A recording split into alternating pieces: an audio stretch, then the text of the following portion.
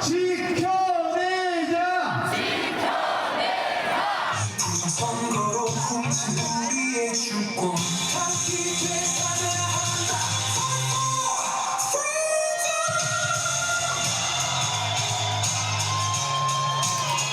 대통령 탄핵을 반대하는 한 교수 모임의 토론회. 구호하고 외치고 하시죠 뭐. 탄핵 무효, 헌재 해체. 탄핵 무효. 헌재 해체. 형배 구속. 자유 좀 계시죠? 네. 짧게 하겠습니다. 제가 우리 낯익은 얼굴이 눈에 띄었습니다. 전두환 씨 장남 전재국 씨입니다. 내란으로 정권을 찬탈한 전두환에 맞서 많은 국민들이 피 흘려야 했습니다. 아버지 전두환에 이어 44년 만에 계엄령을 선포한 윤석열 대통령을 지지하고 나선 전재국 씨. 전국에서 의병들이 일어나고 있습니다. 서울에서 또 대구에서 부산에서 또 며칠 전 어제였던가요? 광주에서까지 마치 6.25 전쟁 당시에 꽃처럼 상하했던 많은 학도병들을 떠올리게 합니다. 여기 젊은 아가씨들도 이 추운 겨울에 도둑질 그만하라고 피켓도 들고 있고요. 선거 부정을 포함한 이 모든 사태의 배후에 중국 공산당이 개입되는 것이 사실이라면 아마 저희는 다음의 질문에 답을 해야 한다고 생각합니다. 첫 번째, 피를 흘릴 각오가 우리는 과연 되어 있을까? 손쉽게 제어할 방법이 없습니다. 한 뼘의 땅을 차지하기 위해서는 그에 상응하는 피를 흘려야 된다는 것이 오랜 전쟁의 교훈입니다. 이 질문이 저는 굉장히 중요하다고 생각하고요.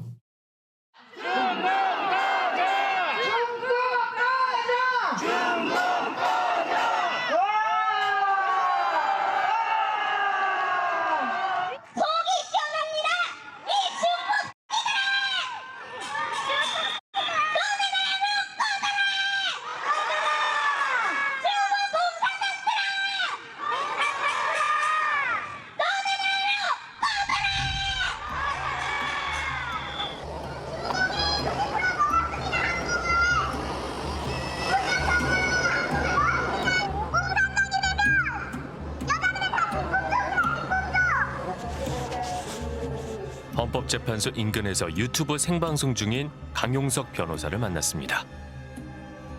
5년 전 총선 직후 부정선거였음을 밝히겠다며 후원금을 모금했었습니다. 당연히 갔었죠. 구준열씨병 사건이 한 사람당 인지 때만 해도 400만 원이 넘게 들어가는 건데 네. 아니, 한 사람이 아니라 한 지역구당. 그러면 그 돈이 다 어디 갔겠어요? 부정선거 의혹을 좀 부정선거를 좀 네. 밝혀보세요. 네네. 조금이라도 연구를 해보면 이게 정말 부정이 많다는 걸 알 수가 있어. 네. 어떻게 사전선거를 그렇게 모든 지역구에서 다 민주당은 이길 수가 있어요. 숫자를 한 번만 들여다보면 네. 수학적으로 이런 숫자가 나올 수가 없어요. 네. 수는 거짓말을 안 해. 그런데 네. 됐었다라는 증거는 안 MBC 나오지 각성하라. 않았어요. 네. 증거가 계속 나왔으니까 말을 하는데 꼭 안 나왔다 안 나왔다. 조작을 했다는 아니 본인이랑 증거는 저랑 아니지 토론을 하려고 얘기를 하냐고요. 나왔어요. 그들도 소화가 10년 동안 부정적으로 싸우고 그럼 있어. 잘 알아. 목숨을 걸고 싸우고 있다고. 자 보세요. 네. 그러니까 사전 선거를 하는 예. 나라가 전 세계에 있습니까? 많이 있습니다. 자, 50명의 약 50명의 가짜들이 네. 불법으로 탄핵을 시켰고 네. 불법으로 윤석열 대통령을 체포했고 불법으로 구속을 시켰습니다. 네네. 이 중심에는 부정선거가 있습니다. 윤석열 대통령이 네. 오죽하면은 네. 비상계엄을 선포했겠습니까? 부정선거 의혹 때문에 계엄을 선포했다는 대통령. 그의 말들이 광장으로 퍼져나가며 부정선거 세계관이 완성돼 버렸습니다. 부정선거 의혹이 음모론이라고 하시고 계엄을 정당화하기 위한 거라고 사후에 만든 논리라고 하셨는데 어떤 선거의 공정성에 대한 그 신뢰에 좀 의문이 드는 것들이 많이 있었고 안 되면 거의 막 100% 그냥 부정투표 기계 자체를 속인 거지. 그거 할 때 중국 해커들이 들어와가지고 이거 정확히 알아야 돼. 중국한테 다 먹혔어. 그러니까 이제 나가가지고 아니 우리나라 대통령이 중국 애들한테 사실 재판하고 있으라고 말이 안 되지. 투표함을 개함을 했을 때 여러 가지 그 상식적으로 납득이 안 가는 이런 엉터리 투표지들이 이제 많이 나와 있기 때문에 부정선거라는 말은 쓰는 사람마다 물론 다릅니다만은 이게 좀 문제가 있겠구나 하는 생각은 제가 해왔고요. 대통령이 요번에 부정선거를 했잖아요. 네네. 원래 투표지 이렇게 넣으면 종이 한 번 접어서 넣는데 그 사전 투표지에는 딱딱한 종이. 그게 그냥 몇천 장씩 이렇게 나오니까 실물적인 증거를 투표용지에 있는데 원래부터 윤 대통령에서 접어서 투표하는 사람이 안 접는 사람은 안 접었어. 뭐 그 많은 중국 해커들이 놀고 있지는 않겠죠. 저희가 의심하지 않을 수 없는 상황입니다. 뭐 확증을 떠나서 대통령은 이 부분에 대해서 굉장히 의심을 품었습니다. 대통령님께서 정말로 부정선거를 믿고 계시는지는 저희는 좀 근본적인 궁금함이 들더라고요. 뭐 두고 보면 나오겠죠. 네, 선거 총책임자로서 사전에 점검하실 수도 있었을 텐데. 아니 계엄 때 왜 더 많은 인원을 갖다가 네네. 선거관리위원회 보내겠어요. 네네네. 그렇게 머리 굴리는 사람 아니에요, 대통령? 네, 뭐 그러실 수도 있겠지만, 근데 어쨌든 좀 미리 그 점검을 하셨을 수도 있었을 텐데 그걸 꼭 계엄이라는 수단으로 하셨을지도 궁금하고. 왜냐하면 사전 투표도 독려하시고 그러셨잖아요. 아니 계엄 외에 다른 방법으로 해가지고 정상적인 수사가 가능합니까? 네. 선관위 입장에서는 법원의 영장을 가져오라는 네네네. 식입니다. 그런데 법원의 영장이라고 하는 것이 지금 선거관리위원회 선거 관리하시는 분들이 대개 또 법원의 판사님들이시고 네. 영장을 그렇게 해서, 내주지를 않습니다. 사실이 아닙니다. 법원이 선거관리위원회에 대해서 압수수색 영장을 발부한 것은 윤석열 정권에서만 165차례입니다. 부정선거와 관련된 수사도 37차례 있었지만 모두 무혐의로 검찰이 영장 청구를 하지 않았습니다. 경찰, 검찰 지휘하셨던 분이 대통령이십니다. 그리고 중앙선거관리위원회 사무총장은 대통령과 아주 가까운 친구분이셨던 것으로 알고 있습니다. 이미 많은 의구심이 있었지만 뭐 상당 부분 해소가 됐고요. 선거 자체에 오류는 있을 수는 있어요. 사람의 잘못으로 그런 부분들은 개별 소송으로 정리하면 되는 부분들입니다. 오랑나비 한 마리가 똑같아 안 닿는데. 지지자들은 대통령이 부정선거 증거를 찾아낼 것이라고 굳게 믿고 있었습니다.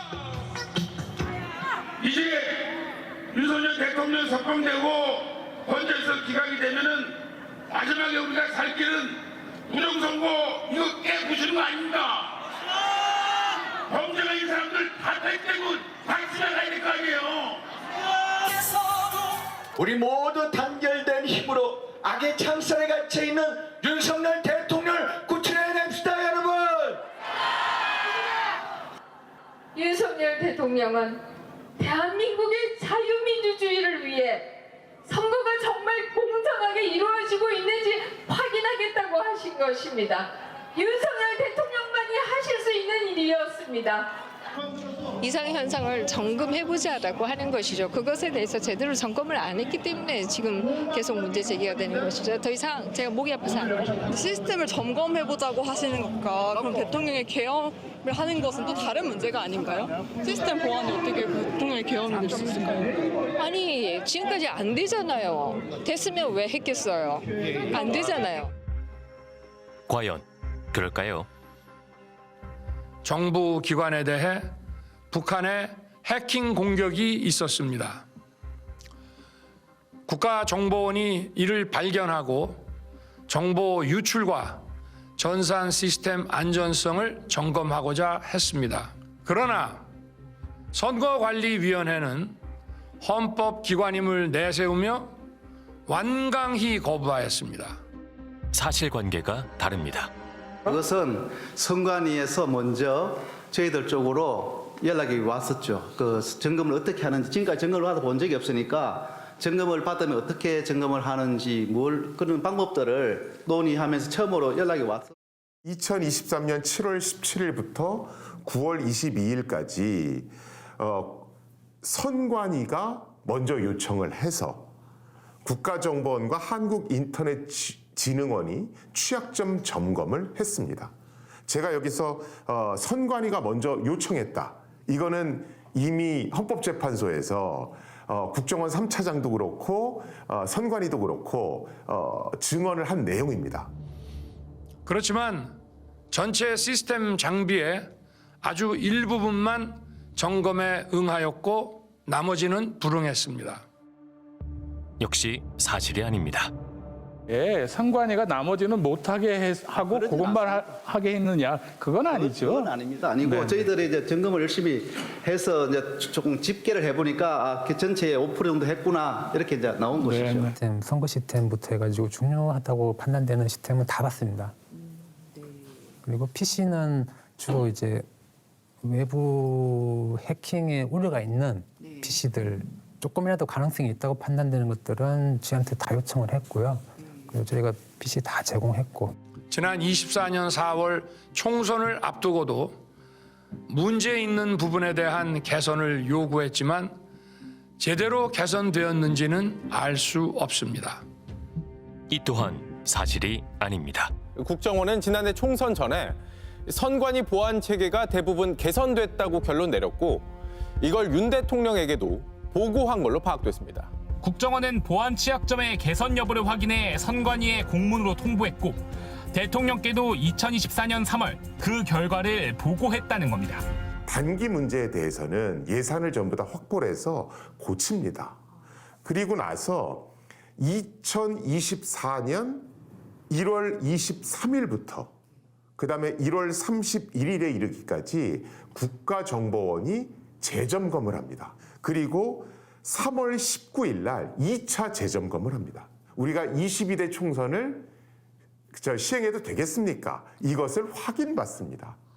그것까지 다 끝난 상태에서 22대 총선이 치러진 겁니다. 민주주의의 핵심인 선거를 관리하는 전산 시스템이 이렇게 엉터리인데 어떻게 국민들이 선거 결과를 신뢰할 수 있겠습니까? 선관위 전산 시스템이 대부분 보안 개선 절차를 거쳤음에도 대통령은 선관위로 군대를 보냈습니다. 서버 점검만이 목적이었는지 의심스럽습니다. 선관위 직원을 한 20명 가까이 체포해서 모처로 데려가서 도대체 뭘 하려고 했는지 모르겠는데 그다음에 심지어는 그 선거관리위원장이 현직 대법관인 노태학 대법관까지 잡아가려 했단 말이에요. 그게 왜 필요하죠? 그분을 잡아다 뭘 하려고 했죠?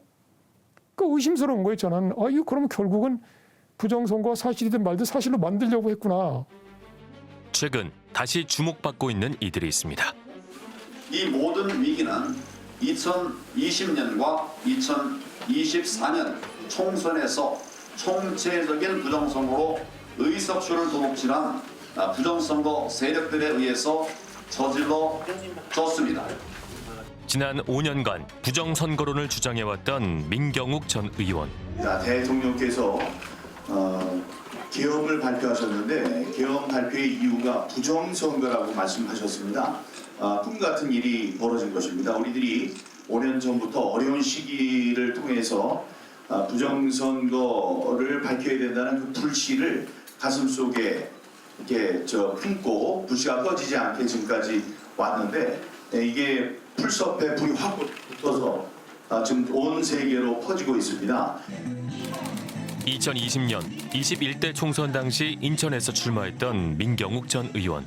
저 민경욱 기호 2번을 선택해 주시기 바랍니다. 2,893표 차로 낙선하자 결과에 불복해 선거 무효 소송을 제기했었습니다. 당시 대법원은 민경욱 전 의원 측의 주장을 받아들여 전체 약 12만 7천여 표를 재검표했습니다. 그런데 그 과정에서 이상한 투표용지들이 발견됐습니다. 접힌 흔적이 없이 빳빳한 소위 벽돌 투표지. 투표소 관리관의 도장 대신 둥근 인주 자국만 있는 소위 일장기 투표지. 투표지 일부분이 연두색으로 출력된 일명 배춧잎 투표지. 투표지 한쪽 면에 잔여물이 남아있는 투표지. 두 장이 서로 붙어있는 듯한 투표지도 발견됐습니다. 네, 좀 인터뷰 요청 드리려고. 저 MBC에서 나오셨는데 아까 나온 배춧잎 투표용지, 일장기 투표용지 빳빳한 투표용지, 본드 투표용지 여기에 대해서 여러분들이 한번 보시고요. 여러분들 같으면 그런 투표용지를 받아서 투표를 했겠느냐 여기에 대한 판단을 해주시기 바랍니다. 부정선거를 주장하는 시민들이 제작진에게 추천했던 전문가 중 한 사람. 윤석열 파이팅! 장재현 박사입니다. 그는 지난해 총선에서 선관위가 전산 조작으로 부정선거를 했다며 선관위 직원들을 고발했었습니다. 나는 컴퓨터 사이언스 박사로서 소프트웨어의 전산 사기범을 찍어가지고 내가 고발을 했는데 이게 경찰 조서가 그렇게 나오고 검사까지 이게 덮었단 말이에요. 나처럼 육군사관학교 나오고 컴퓨터 사이언스 박사가 직접 했는데도 내가 졌어. 그는 지난해 9월 퇴역 장성 모임에서 부정선거 관련 강연도 했습니다. 강연장엔 노상원 씨도 있었습니다. 노태악 선관위원장을 체포해 직접 신문할 계획이었던 것으로 알려진 노상원 씨. 대소장이라고 대한민국 장성회 모임이 있었어. 근데 회원인데 그런 데서 이제 부정선거 관련해서 나도 강의도 듣고 했었어요. 하여튼 근데 선배님 하여튼 대단하십니다. 집회를 뭐 이렇게 오래까지 하는 거 보면 대단하신데 하여튼 선배님 제가 도울 일이 있으면 열심히 돕겠습니다. 그리고 12월 3일 날 계엄이 일어난 거야. 장재현 박사는 지난 2월 중순 서울구치소로 노상원 씨 면회를 다녀왔다고 했습니다. 반갑다 했더니 딱 1번 묻는 게 선배님 지금도 집회하십니까 이러는 거야. 우리 뭐 오라서 목금토가 매 집회한다 이랬더니 아 선배님 대단하십니다. 자기도 나가면 서버가 또 집회 같이 하고 있다고. 야 후배 너 덕분에 대통령이 12월 3일 날 계엄하는 순간 나는 무지무지하게 행복하다 느꼈어요. 그 조선시대로 말하면 일반 백성이 상소문 올려가지고 뭐 그런 케이스는 마찬가지인데. 장 박사는 노상원 씨 등에게 어떤 내용을 강의했을까? 그러니까 사전투표에 받은 득표율하고 본투표에서 받은 득표율이 이꼬르 똑같거나 아니면 중학교 1학년 때 배운 거 almost 거의 같아야 되는 게 지구 법칙이야. 만류 인력의 법칙처럼 불변의 진리가 있는 거야. 이제 피디님 쓰지? 이게 60만 명 투표했어. 네. 쉽게 말하면. 네. 연필 써봐요. 이거 60만. 60만. 사전투표 60만. 본투표 120만. 네, 120만. 네. 그래서 여기 있어. 조전혁이가 10만 표 이겼어. 플러스 10만. 그러면 60만 표에서는 5만 표 이겨야지. 초등학교 4학년 문제니까, 그죠? 네. 아까 뭐 성향이고 뭐 이런 거 다 빼고. 근데 실제 리얼월드 60만 표에서 18만 표 졌어. 피디님, 이거 끝나고 집에 가면서 가만히 생각을 해봐. 120만 표에서 10만 표 이겼는데 60만 표에서 18만 표 진다는 거는 지구상에 없어. 이런 이론은. 가만히 생각해봐. 집에 가면서. 본투표에서 이겼으니 사전투표에서도 이겨야 한다는 공식은 성립할 수 있을까? 분들이 주장하는 게 아마 예전에는 별 차이 없었다고 얘기했는데 예전에는 상대적으로 사전투표하는 분들이 굉장히 미미했고 당일 투표하시는 분들하고 사전 투표하시는 분들하고 경향이 같아야 된다는 거거든요. 그래서 이 두 개의 집단이 같다고 하는 자체가 굉장히 큰 가정인데 그 가정이 성립할 수 없고 일반적으로 성립하지 않는 게 맞는 거야. 지난 대선 윤석열, 이재명 후보 간 사전투표와 본투표에서의 득표 결과입니다. 각 방송사의 출구 조사 결과도 비슷한 유형이었습니다. 윤석열 후보를 지지하는 상당수가 본투표에 투표하셨거든요. 이재명 후보를 지지하는 상당수는 이미 사전투표에 지지했고 똑같은 동일한 집단이 아닌 거예요. 사전투표하신 분하고 본투표하신 분들은 성향이가 차이가 있고 그건 이미 여론조사나 이런 걸 통해 가지고 알려진 거죠.